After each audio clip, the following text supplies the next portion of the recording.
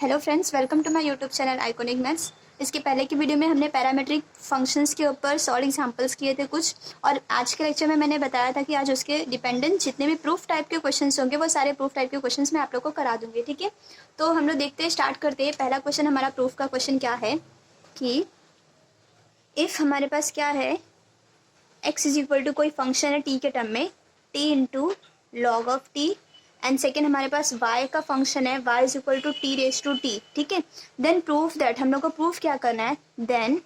Proof that हमें क्या करना है यहाँ पे कि d y upon d x minus y equal to zero, ये हमें यहाँ पे ये प्रूफ करना है। ठीक है फ्रेंड्स, तो अब देखो, अब यहाँ पे जैसे मैंने पैरामेट्रिक फंक्शंस के बारे में क्या बताया था कि हमेशा कोई भी एक्स एंड वाई जो भी टर्म्स रहेंगे उसको किसी अनदर वेरिएबल के टर्म्स में हमें वैल्यू दिया रहेगा, एंड उसको हम लोग को ये जो फॉर्मूला है हमारे पास d y upon d x is equal to, हमारे पास फॉर्मूला होता है d y upon d t divided by d x upon d t. ये फॉर्मूले का अप्लाई करके हम लोग d y by d x निकालते हैं। ठीक है, तो हम लोग भी यहाँ पे देखो, जो प्रूफ करने को दिया गया है उस प्रूफ में हमें ऑलरेडी दिया है कि d y upon d x minus y equal to zero, मतलब ये प्रूफ करना है। इनडायरेक्टली हमें बोला जा रहा है कि d y by d x हमें फाइंड आउट करना है। ठीक है, तो हम लोग यहाँ पे क्या यूज़ करेंगे, पैरामेट्रिक फंक्शंस का यूज़ करेंगे। कैसे करते हैं हम लोग, यहाँ पे पहला वाला ही क्वेश्चन है, तो पहले वाले क्वेश्चन को हम लोग क्या करेंगे, डिफ्रेंशिएट करेंगे दोनों को। ठीक है, तो यहाँ पे मैं अगर डिफ्रेंशिएट करूँगी तो क्या आ जाएगा, यहाँ पे d x upon d t,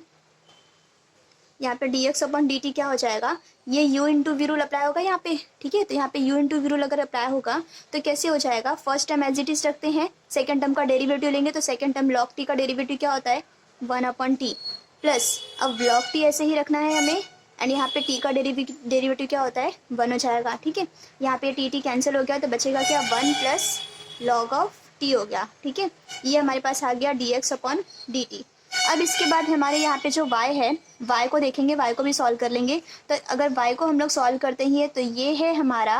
ये जो फंक्शन हमारा बन रहा है, ये कैसा फंक्शन में बन रहा है, हमारा ये जो पावर के टर्म में बन रहा है। ठीक है, तो पावर के टर्म में बन रहा है, तो ऐसे क्वेश्चंस को सॉल्व करने के लिए मैंने बताया था कि ऐसे टाइप के क्वेश्चन में लॉग लेके, लॉगरिथमिक फंक्शन टाइप का बन रहा है ना ये, अगर लॉग लेके सॉल्व करते हैं तो हमारा क्वेश्चन सॉल्व हो जाएगा इसीलिए। ठीक है, तो यहाँ पे हम लोग क्या करेंगे, taking log on both side,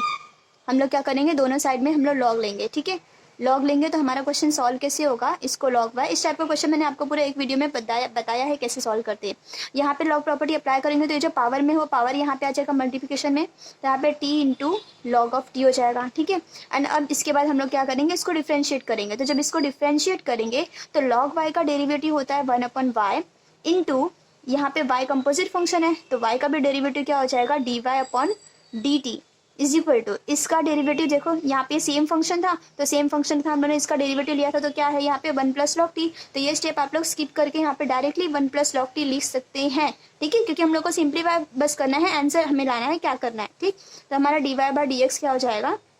D y by d t हम लोग क्या हो जाएगा, ये y को हम लोग यहाँ पे लेके चले जाएंगे, यहाँ पे हो जाएगा 1 प्लस लॉग टी। ठीक है, तो ये हमारा जो y है, y क्या था actually, t raise to t था, तो यहाँ पे y का वैल्यू रख देंगे t raise to t 1 plus log t आ जाएगा। ये हमारा क्या आ जाएगा, d y upon d t आया। ठीक है, ये d y upon d t आया, हमारे पास d x upon d t भी गिवन है, हमें फाइंड आउट करना है d y upon d x, क्योंकि प्रूफ करना तो ऐसे टर्म में दिया है, तो d y upon d x निकालना है। तो अगर हम लोग d y upon d x निकालेंगे तो फॉर्मूला क्या होता है हमारा, d y upon d t divided by d t, मतलब यहाँ पे ये चेंज होता रहता है हमेशा, जो भी यहाँ पे टी के फंक्शन में दिया था तो हम लोग टी लिखे, अगर थीटा के फंक्शन में दिया होता तो यहाँ पे थीटा लिखते। ठीक है, जो भी फंक्शन दिया रहेगा वो लिखेंगे, तो d x upon d t हो गया। अब इसके बाद जो d y upon d t है, ये हमारे पास ये फंक्शन है, d x upon d t ये फंक्शन है, दोनों में 1 प्लस लॉग टी दोनों में कॉमन है, मतलब दोनों में सेम है, तो हमारे क्या हो जाएगा, कट हो जाएगा। ठीक है, तो ऊपर बचेगा सिर्फ और सिर्फ टी रेस टू टी बचेगा, क्योंकि यहाँ पे जब वैल्यू सब्स्टिट्यूट करेंगे, ये वाला यहाँ पे करेंगे और ये वाला यहाँ पे लिखेंगे, तो मेरा 1 प्लस लॉग टी दोनों कैंसिल आउट हो जाएगा, तो सिर्फ टी रेस टू टी बचेगा, but t raise to t is nothing but what, y हो जाएगा। तो यहाँ पे क्या है, d y upon d x is equal to क्या आया, वाई, बट अगर हम लोग इसको देखें तो ये मेरा कैसे चेंज हो जाएगा, यहाँ पे d y upon d x, y यहाँ पे लेफ्ट हैंड साइड में आएगा, तो minus y is equal to आ गया डी, जो कि हमें यही प्रूफ करना था। ओके, तो सिंपल था क्वेश्चन, बस आप लोग को पैरामेट्रिक फंक्शंस को कैसे सॉल्व करना है, अगर ये आप लोग को आएगा तो हम लोग इजीली क्वेश्चन को सॉल्व कर सकते हैं, अगर हमें सारे मेथड पता है तो। सारे मेथड मतलब जैसे कि हमें लॉगरिथमिक फंक्शंस के बारे में पता है कैसे सॉल्व करते, इम्प्लिसिट फंक्शन, एक्सप्लिसिट फंक्शन, ये सारे फंक्शंस कैसे सॉल्व करते ये हमें पता होगा तो हम लोग कर सकते। ठीक है, अब इसके बाद हमारे पास एक क्वेश्चन है जिसमें जैसे अभी हमें ऑलरेडी पहले से गिवन में क्वेश्चन से क्या होता था कि हमें u is equal to something दिया हुआ है, v is equal to something दिया हुआ है, तो हमें डायरेक्टली बोला होता था कि या फिर y is equal to something दिया है, x is equal to something दिया है, तो हमें डायरेक्टली बोला जाता था कि ये फाइंड आउट करो, ठीक है। अब हमें अगर मान लो ऐसे क्वेश्चंस ना दिया है, ठीक है, अब हमें क्वेश्चन कैसे दिया गया है, डिफ्रेंशिएट, नेक्स्ट क्वेश्चन है ये हमारा क्वेश्चन नंबर 2, डिफ्रेंशिएट, हमें क्वेश्चन में क्या दिया जाएगा कि differentiate tan inverse of x upon root of 1 minus x square with respect to sec inverse of 1 upon 2x square minus 1। अब देखो, अब ये सेम ही क्वेश्चन है बट हमें यहाँ पे क्वेश्चन में क्या घुमा के दिया गया है कि differentiate this function with respect to this, ठीक है। तो जब मान लो हम लोग कैसे लिखते थे, dy अपॉन dx जब लिखते थे तो इसको रीड कैसे करते थे, differentiation of y with respect to x ना, ठीक है। तो यहाँ पे क्या दिया गया है कि differentiate this with respect to this, इसका मतलब ये जो भी फंक्शन होगा, मान लो मैं इसको मान लेती हूँ ये मेरा फंक्शन ऑफ v है और ये मेरा फंक्शन ऑफ u, मतलब ये u इज इक्वल टू मैंने माना और ये v इज इक्वल टू माने, तो इनडायरेक्टली हमें फाइंड आउट करने के लिए क्या बोला जा रहा है कि डिफ्रेंशिएट u, मतलब differentiate this with respect to this one, तो मुझे ये फाइंड आउट करने के लिए बोला जा रहा है यहाँ पे, ठीक है। क्वेश्चन आप लोगों को बस समझना रहेगा कि किसके रिस्पेक्ट में किसको फाइंड आउट करने के लिए बोला जा रहा है। अगर यही बोला जाता है कि this with respect to this हमें निकालना है तो ये ऊपर वाले फंक्शन में आ जाता और ये नीचे वाले में आ जाता, ठीक है। तो अब हमें पहले सपोज हम लोग इसमें सॉल्व कैसे करना है, let u is equal to हम लोग एज्यूम कर लेंगे tan inverse of x upon, अब देखो ये जो क्वेश्चन मैंने लिया है ना, इसमें मैंने सब्स्टिट्यूशन का क्वेश्चन लिया क्योंकि सब्स्टिट्यूशन के क्वेश्चन थोड़े से डिफिकल्ट इसलिए होते हैं क्योंकि उसमें हमें सोचना पड़ता है कि क्या सब्स्टिट्यूट करेंगे और वो थिंकिंग जल्दी से पॉसिबल नहीं हो पाता, मतलब सोच नहीं पाते स्टूडेंट, ठीक है। तो इसलिए मैं ज़्यादातर सब्स्टिट्यूशन के क्वेश्चन ले रही हूँ ताकि आप लोग को समझ में आ जाए कैसे करते हो उसे सॉल्व में।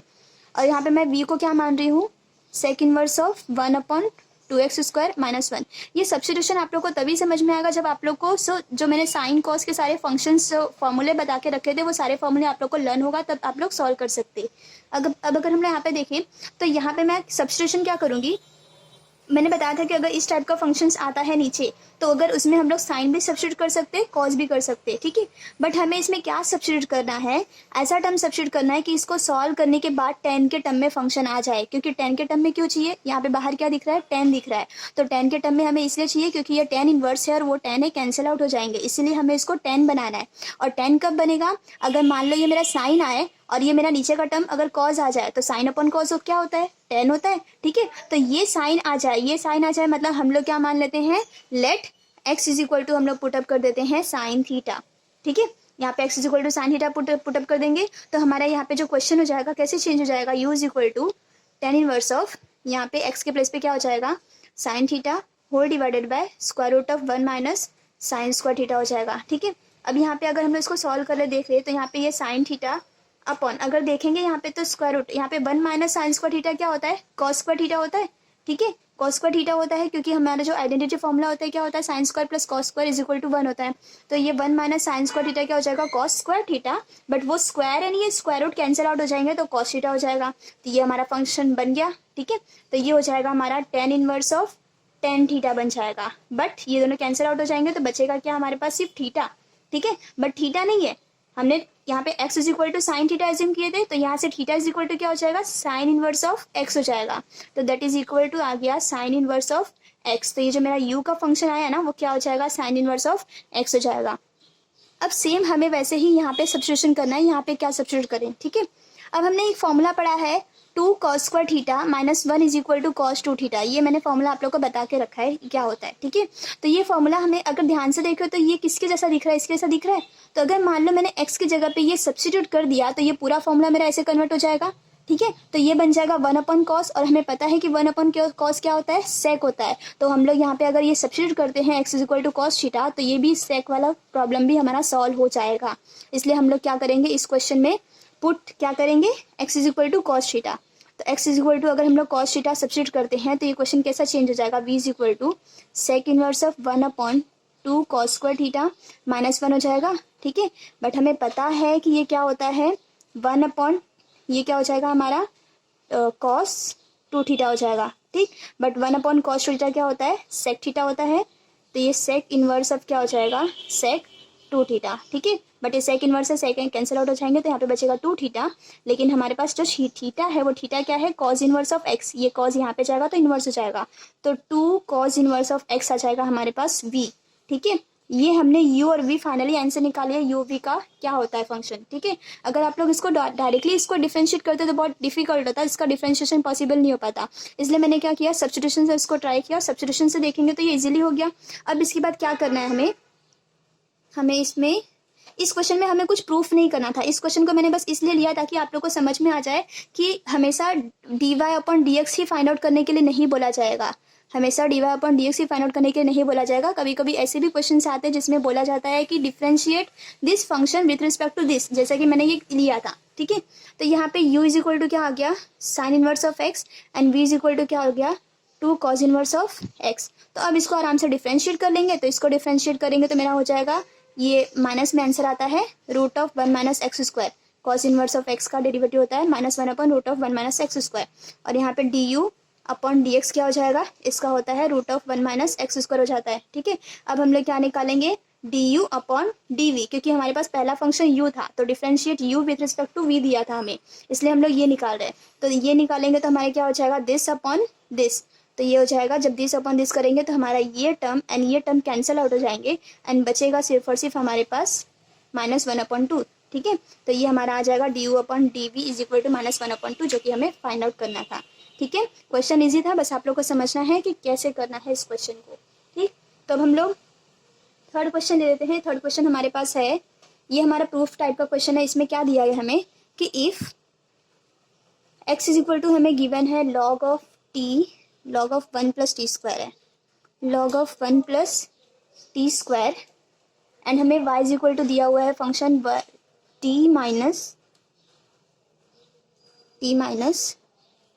tan इनवर्स ऑफ t, ये दिया हुआ है, ठीक है। अब इसके बाद हमें फिर से इसमें प्रूफ करने के लिए क्या बोला जा रहा है कि dy/dx इज इक्वल टू, हमें प्रूफ करना है square root of e⁻x minus 1/2, ये स्क्वायर रूट सिर्फ ऊपर वाले पार्ट का, नीचे का नहीं है, ये हमें इसमें प्रूफ करना है, ठीक है। अब हम लोग इसको कैसे प्रूफ कर लेंगे, हमें पहले इसको सॉल्व कर लेते, डिफरेंशिएट कर लेते। तो डिफरेंशिएट अगर करेंगे तो यहाँ पे क्या हो जाएगा, dx, इसका डिफरेंशिएशन क्या होता है, log x का 1/x होता है, तो यहाँ पे 1/t², बट ये इसका भी कंपोजिट फंक्शन था तो इसका भी डेरिवेटिव लेंगे, तो 1 का डेरिवेटिव 0 एंड t² का डेरिवेटिव क्या होता है 2t, तो यहाँ पे हो जाएगा 2t से मल्टीप्लाई हो जाएगा। सिमिलरली यहाँ पे dy/dt अगर फाइंड आउट करते हैं तो इसका डेरिवेटिव लेंगे तो ये हो जाएगा 1, माइनस इसका डेरिवेटिव लेंगे तो ये हमारे पास हो जाता है 1 + t², ठीक है। इसको क्रॉस मल्टीप्लाई से सॉल्व कर लेंगे तो 1 + t² माइनस 1/1 + t² हो जाएगा, बट ये +1 -1 कैंसिल, तो t²/1 + t² आ जाएगा, हमारे पास क्या हो जाएगा, ये dy/dt, एंड dx/dt ये गिवन है, हमें निकालना क्या है, dy/dx निकालना है, तो दिस अपॉन दिस करेंगे। तो यहाँ पे अगर हम लोग कर ले dy/dx अगर फाइंड आउट करें तो this term upon this term अगर करेंगे तो मैं लिख देती हूँ यहाँ पे t²/1 + t² whole divided bye 2t/1 + t², ये 1 + t² कैंसिल हो जाएगा, और यहाँ से एक टी भी कैंसिल होगा, तो t/2 बचेगा हमारे पास dy/dx, ठीक है। बट हमें एक्चुअली ये प्रूफ नहीं करना, ये हमारे पास क्या आया, t के टर्म में आया। अगर हम लोग मान लो t के टर्म, हमें यहाँ पे देखो प्रूफ जो करना है उसमें क्या बस चेंजेस है, यहाँ पे 2 तो है ये सेम चीज, बस t के वैल्यू के प्लेस पे हमारे पास ये है। तो अब ये सोचना है कि ये कैसे आएगा, हमारे ओरिजिनल क्वेश्चन से कैसे आएगा, ठीक है। अब ओरिजिनल क्वेश्चन में देखें तो यहाँ पे e⁻x है, बट यहाँ पे कहीं e के टर्म में कुछ दिख रहा है क्या, नहीं। लेकिन अगर ध्यान से देखिए तो यहाँ पे हमारे log के टर्म में दिख रहा है, और हमें पता है कि log को e में कैसे कन्वर्ट करते हैं, log को एक्सपोनेंशियल में कैसे कन्वर्ट करते हैं। तो अगर हम लोग जो यहाँ से ध्यान से देखें तो ये x इज इक्वल टू क्या है, log ऑफ 1 + t² है, ठीक है। इसको अगर मैं एक्सपोनेंशियल में कन्वर्ट करूंगी, ये इसका बेस e है, तो ये यहाँ पे कैसे कन्वर्ट होता है, ये बेस e इसका बेस बन जाता है, तो ये e⁻x इज इक्वल टू, और ये log यहाँ से हट जाएगा, तो ये हमारे पास ऐसा आ जाएगा, ठीक है। ये हमारा फॉर्मूला है log को, अब log को एक्सपोनेंशियल में कैसे कन्वर्ट करते, तो ये ऐसा बन जाएगा। अब यहाँ से मुझे निकालना है क्या, t का वैल्यू निकालना है, तो ये 1 को यहाँ पे लेके आ जाओ, तो e⁻x minus 1 is equal to t² हो जाएगा, तो t का वैल्यू स्क्वायर रूट अगर लेंगे यहाँ पे तो t का वैल्यू हो जाएगा square root of e⁻x minus 1, जो कि हमें यही फाइंड आउट करना था। यहाँ पे अगर हम लोग देखें तो dy/dx के प्लेस पे, अगर यहाँ पे t के प्लेस पे अगर हम लोग ये रख दे तो जो हमें प्रूफ करना था वो हमारा आ जाएगा, ठीक है। यही हमें प्रूफ करना था इस क्वेश्चन में। तो तो आप लोग को बस यही, इससे ऐसे बहुत सारे डिफरेंट तरीके के और भी क्वेश्चन है टेक्स्ट बुक में, और भी एग्जाम्पल्स दिए हुए हैं, और भी तरीके के क्वेश्चन है, बट मैं सारे क्वेश्चन नहीं करा रही हूँ। जो मुझे डिफरेंट लग रहा है, जो मुझे सबसे अलग लग रहा है, और जिसमें ऐसे क्वेश्चन जिसमें सारे कंसेप्ट आ जाए, मैं उसी टाइप के क्वेश्चन आप लोग को करा रही हूँ। लेकिन अगर आप लोग जो भी क्वेश्चन अगर सॉल्व कर रहे हैं, तो मैंने यहाँ पे टेलीग्राम पे भी मैंने ग्रुप चैनल बनाया है, और फिर इंस्टाग्राम पे भी मैंने बिजनेस अकाउंट ओपन किया है। तो आप लोग को जो भी अगर डाउट्स आते हैं तो आप लोग उसमें पूछ सकते हैं उसके थ्रू, ठीक है। अब इसके बाद फोर्थ क्वेश्चन हम लोग देख लेते हैं, एक और है लास्ट, उसके बाद हमारा पैरामेट्रिक फंक्शन जो भी है पैरामेट्रिक फंक्शन का, वो हमारे पास क्वेश्चन उसका खत्म हो जाएगा, ठीक है। उसके बाद हम लोग higher order derivative last concept है हमारा, वो देखेंगे। यहाँ पे x is equal to e raise to sine 3t given है, and y is equal to e raise to cos 3t given है, ठीक है। ये हमें क्वेश्चन दिया हुआ है, एंड यहाँ पे भी हमें प्रूफ करना है कि शो दैट हमें प्रूफ क्या करना है, dy upon dx is equal to क्या प्रूफ करना है, y log x अपॉन, ये माइनस में आएगा, अपॉन x log y, ठीक है। अब इसे प्रूफ करना है। अब इस क्वेश्चन, ये भी क्वेश्चन एकदम सिंपल है, लेकिन हमें करना क्या है, इसके अंदर कैसे हो जाएगा हमारा क्वेश्चन,